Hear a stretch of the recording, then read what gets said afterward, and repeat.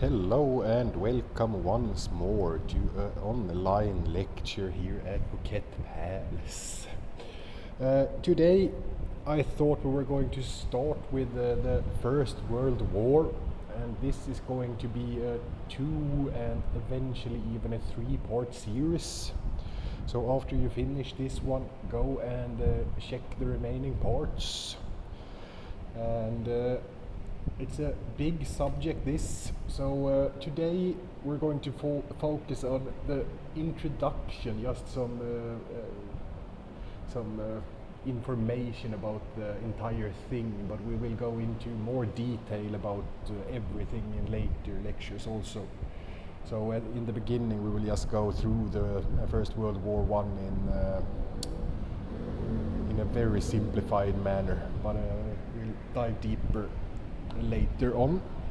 We will also talk about the causes behind the First World War, the Allied powers and the Central powers, and also the US in the First World War, why they had to enter and how they fought and so forth.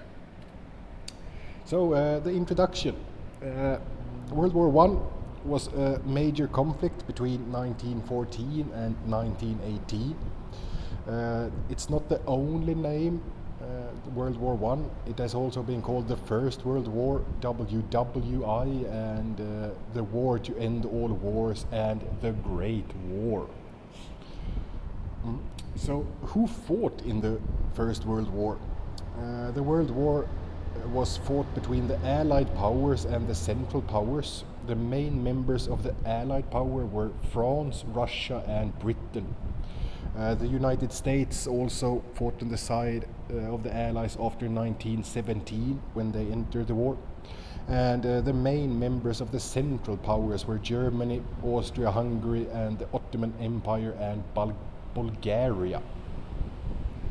So where was most of the fighting done? And the majority of the fighting took place in Europe along two fronts, the Western Front and the Eastern Front. The Western Front was a long line of trenches that ran from the coast of Belgium to Switzerland. A lot of the fighting along this front took place in France and Belgium. The Eastern Front was between Germany, Austria-Hungary, and Bulgaria on one side, and Russia and Romania on the other. And in the next lecture we will talk a bit more about the trench war that was very usual in this war. So that is a major way how they fought this war, but we will dive deeper into that in the next lecture. But how did it start? There were several causes for the war, but the assassination of Austrian Archduke Franz Ferdinand was the main catalyst for starting the war. After the assassination, Austria declared war on Serbia. Then Russia prepared to defend its ally Serbia. Next, Germany declared war on Russia to protect Austria. This caused France to declare war on Germany to protect its ally Russia. Germany invaded Belgium to get to France, which caused Britain to declare war on Germany. And all of this happened in just a few days. So this is also something we will talk a bit more about, but this was a cluster of allies protecting allies. If you attack that country, I will have to attack you, and if that one attacked that country, then another country would have to attack you. So it was a lot of alliances between the countries that made things escalate so quick. And a few major battles. A lot of the war was fought using trench warfare. Like I mentioned, we will dive deeper into this later. Along the Western Front, the armies hardly moved at all. They just bombed and shot at each other from across the trenches. Some of the major battles during the war included the first Battle of Marne, Battle of Somme, and Battle of Tannenberg, Battle of Gallipoli, and the Battle of Verdun. and although we might not talk about all of these battles, this will also be covered in greater detail later on. So how did it end then? The fighting ended on the 11th of November in 1918 when a general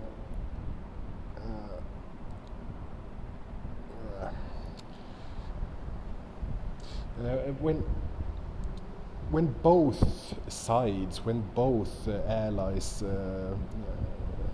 agreed to a standstill, and the war was officially ended between Germany and the Allies with the signing of the Treaty of Versailles. So we mentioned a bit of the causes of the First World War, but I will dig a bit deeper in it now.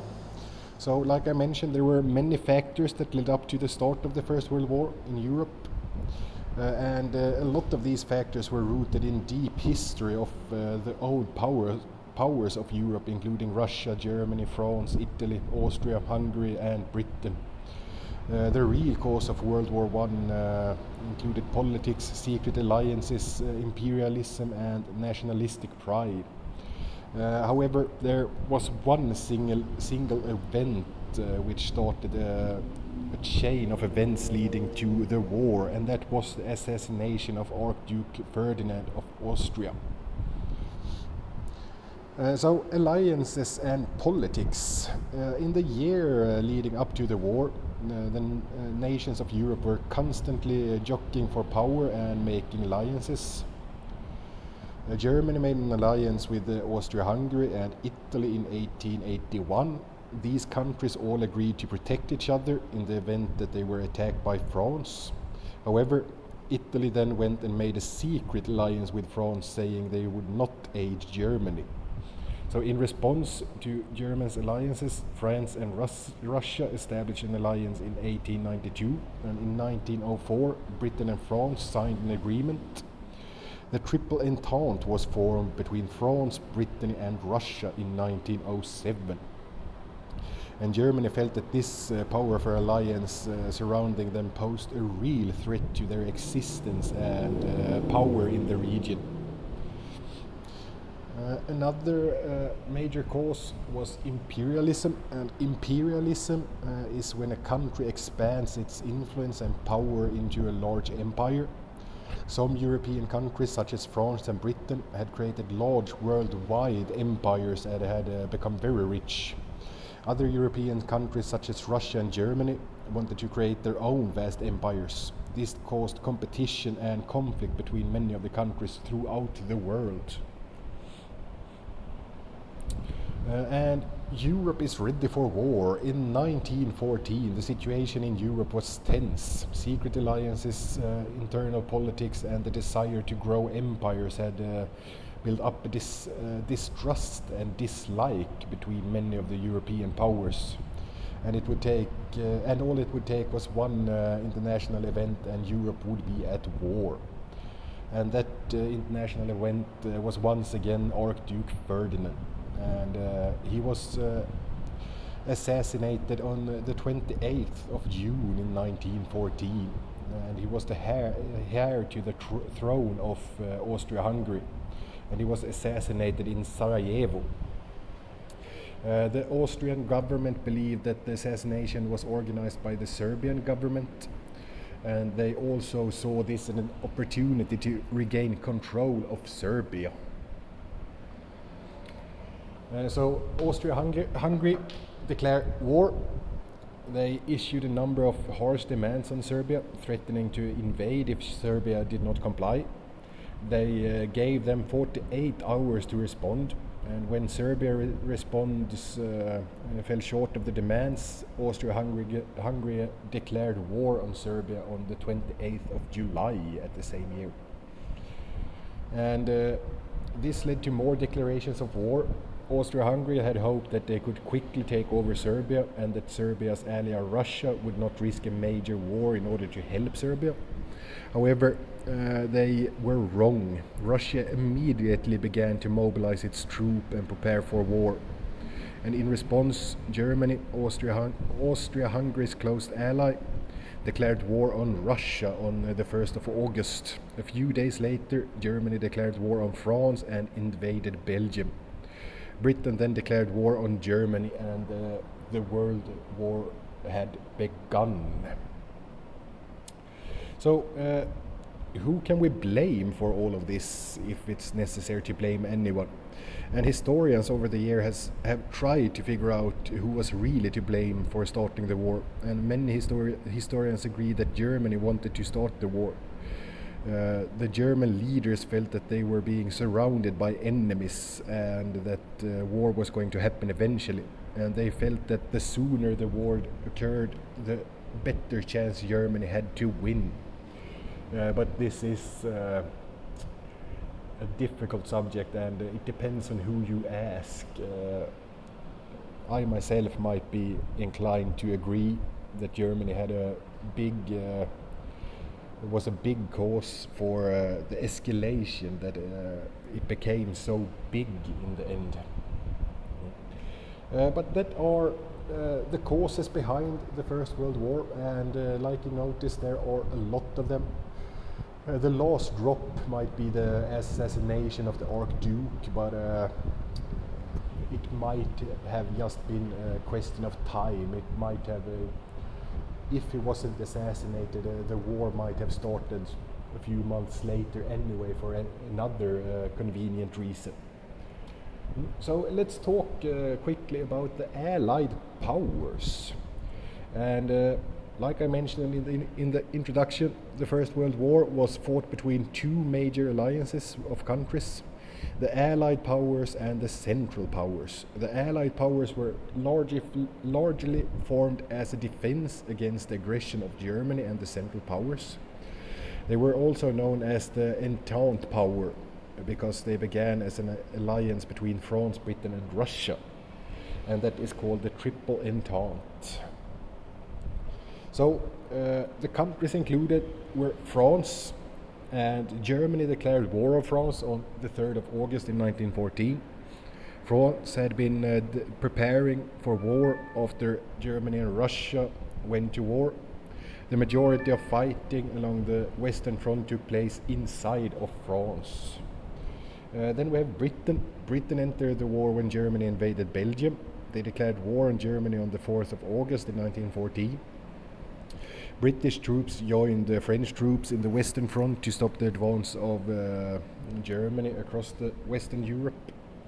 Then we have Russia, and the Russian Empire was an early entry into the war. Germany declared war on Russia on the 31st of July in 1914. They expected that Russia would defend Serbia against the invasion by the Germans' ally Austria-Hungary. The Russian Empire also included Poland and Finland. After the Russian Revolution, Russia left the Allied powers and signed a peace treaty with Germany on the 3rd of March in 1918.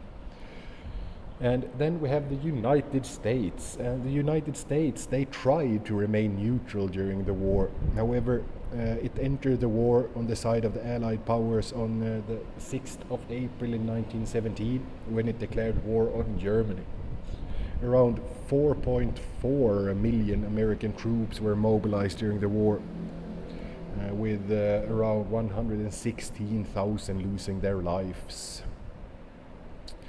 So those are the four major powers, or first there were three, and then a few years later the United States entered. But there were other Allied countries as well, and those were Japan, Italy, Belgium, Brazil, Greece, Montenegro, Romania and Serbia. And these are the leaders of each country during the conflict. And the first one, we have France, George Clemenceau, and if there are someone who knows French, I'm sorry for butchering the language, but he was the Prime Minister of France from 1917 to 1920.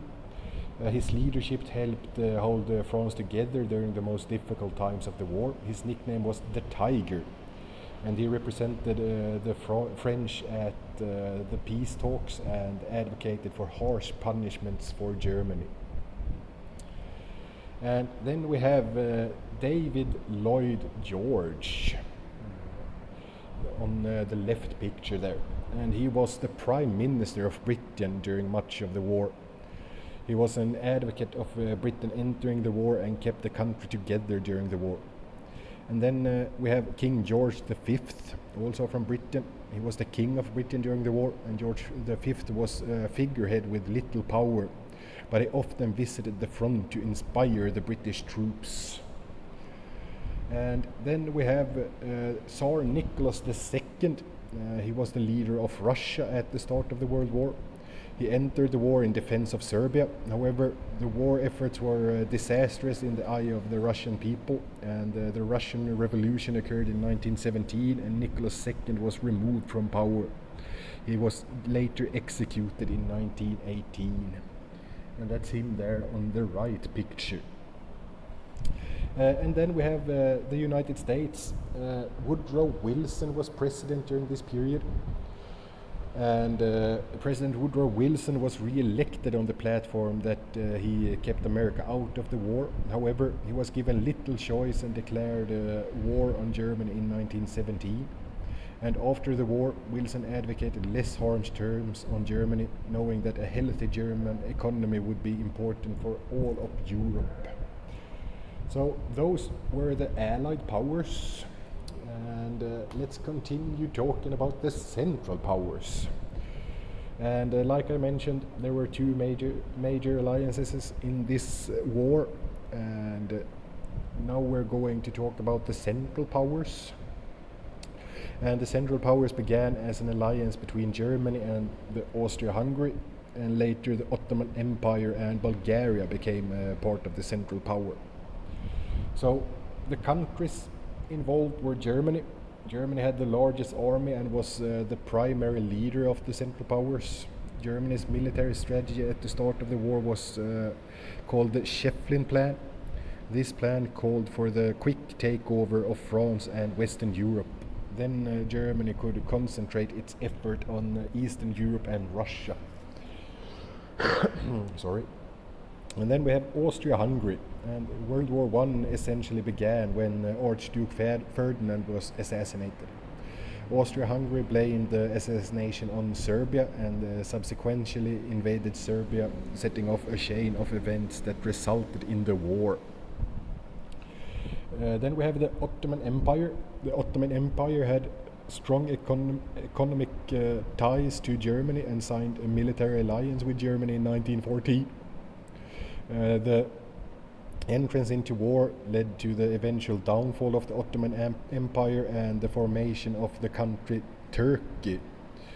And the Ottoman Empire ceased to be, and Turkey began in 1923. And then we have Bulgaria. Bulgaria was the last major country to join the war on the side of the Central Powers in 1915. Bulgaria claimed land held by Serbia and was eager to invade Serbia as part of the war. And here we have some of the leaders of the Central Powers. First, we have the leader of Germany, Kaiser Wilhelm II. It's a picture of him on the top. He had a very nice mustache. And Wilhelm II was the last Kaiser or empire of the German Empire. He was related to both the King of England and the Tsar of Russia. His policies were largely the cause of World War I. He eventually lost the support of the army and held little power by the end of the war. He abdicated the throne in 1918 and fled the country. And then we have the Austria-Hungary leader, Emperor Franz Joseph. There's a picture of him on the bottom left. Franz Joseph ruled the Austrian Empire for 68 years. When the heir to his throne, Archduke Ferdinand, was assassinated by Serbian nationalists, he declared war on Serbia and thus beginning the First World War. Franz Joseph died during the war in 1916 and was succeeded by a man called Charles I. Then we have the Ottoman Empire. We have Mehmed V on the bottom right. And Mehmed was the Sultan of the Ottoman Empire during the war. He declared war on the Allies in 1914, and he also died just before the end of the war in 1918. And then we have Bulgaria. The leader was called Ferdinand I. Ferdinand was Tsar of Bulgaria during the war, and he gave up his throne at the end of the war to his son Boris III. So those are the two major allies in the First World War. We have the Allied power and the Central Powers. So let's dive a bit deeper into the United States part of the First World War. And although the war began in 1914, the United States did not join the war until 1917. And the impact of the United States joining the war was significant.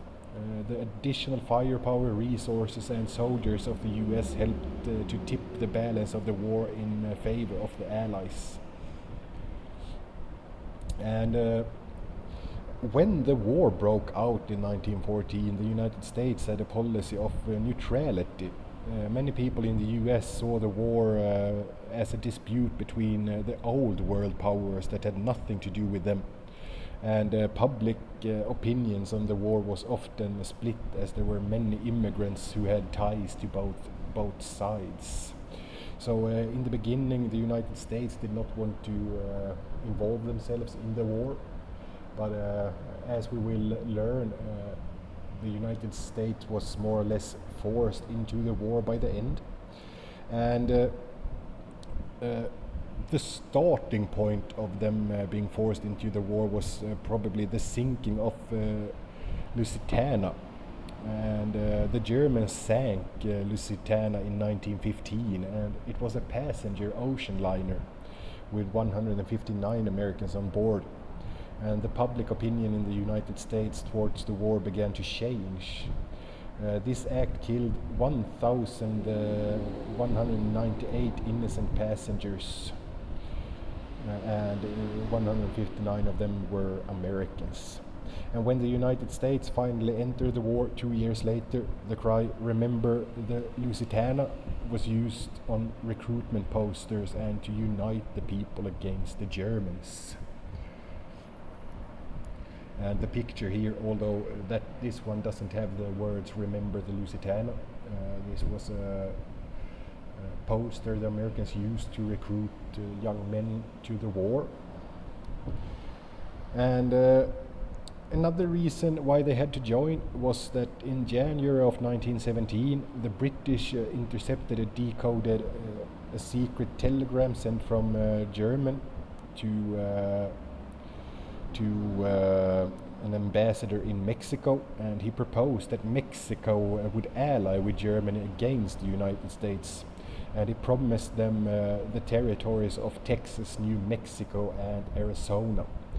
And the Zimmerman telegram was one of many reasons, but it was probably the final straw. And President Woodrow Wilson gave a speech to Congress on the 2nd of April 1917, asking for them to declare war on Germany. In his speech, he said that the U.S. would go to war to fight for the ultimate peace in the world.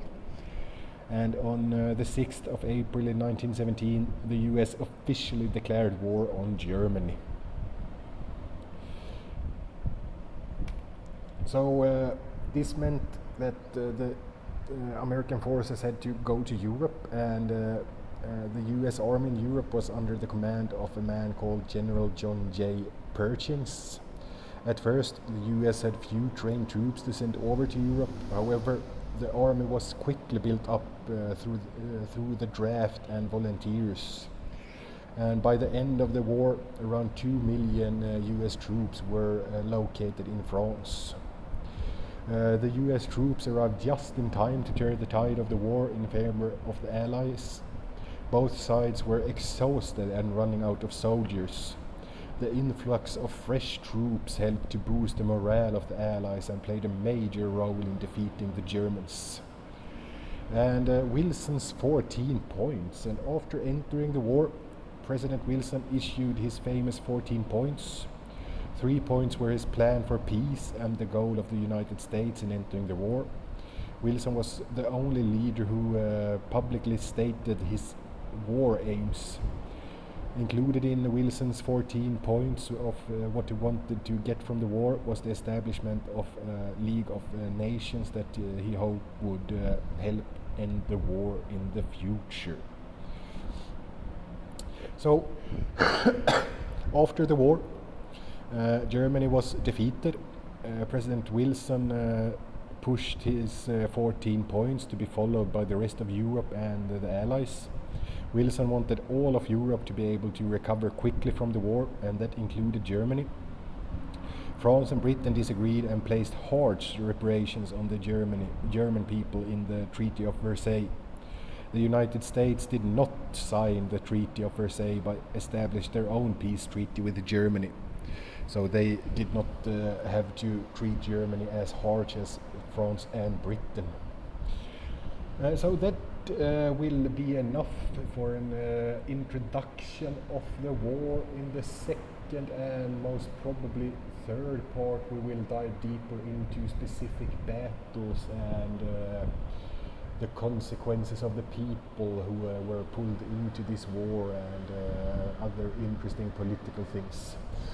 But before we finish this one, let's do a few questions as usual. So, what alliance was the enemy of the Central Powers during the First World War? So, what was the opposite of the Central Powers? That would be the Allied Powers. The two major fighting forces were the Central Powers and Allied Powers. And which of the following countries was not a Central Power?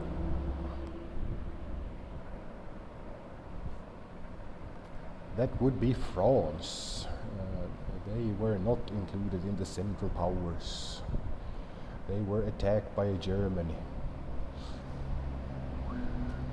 And let's see. So, what happened to the Ottoman Empire after the First World War?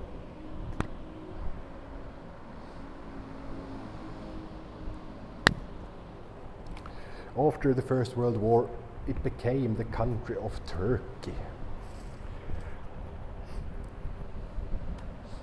So, who was the Emperor of Germany during the First World War?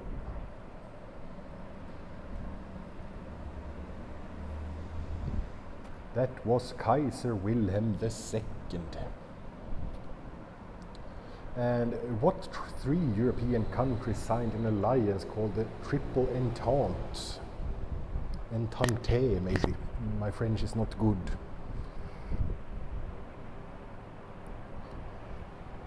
That would be France, Britain, and Russia. And later on, the US entered this side. And like we learned previously, there were also other countries that took part of this side of the powers, but these were the three major parts. So what is it called when a country expands its influence and power into a large empire? So what is it called when a country take over different parts of the world and expand their power? That is called imperialism, and this was seen as a major cause behind the First World War, when countries started to experience friction between each other out in the world. So that was one of the causes, but what was the single event that actually triggered the start of the World War? There were many causes, but what was the last straw? And that would be the assassination of the Archduke Ferdinand. Austria-Hungary decided to declare war on Serbia. and Russia defended Serbia, and yes, many countries were pulled into the war very quickly over just a few days. So which of the following was a cause that contributed to the start of the First World War? Not the final straw, but the build-up, what caused the tension. That would be all of the above. Imperialism, because of the different countries meeting each other outside in the world and starting to feel some competition. When everyone wants to take over the world, of course, there is going to be some friction. The secret alliances, for example, Italy, the first signed with one side, but then signed with the other side. Politics, of course, in every war there is always politics. It can be power hunger, it can be expansion, it can be internal power struggles, and national pride as well. And what we talked about today, we maybe talked a bit more about this, if not in the First World War, then in the Second World War. But it was a nationalist Serbian that killed the Archduke. So the correct answer would be all of the above. And what alliance was the enemy of the Allied powers during the First World War? That would be the Central Powers. And what was the Lusitania?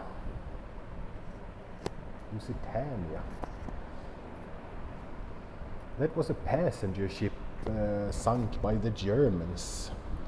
And even though this happened 2 years before the Americans entered the war, it was still one of the causes of why they eventually felt forced to join and start fighting. And what event was the final straw that forced the US to enter the First World War?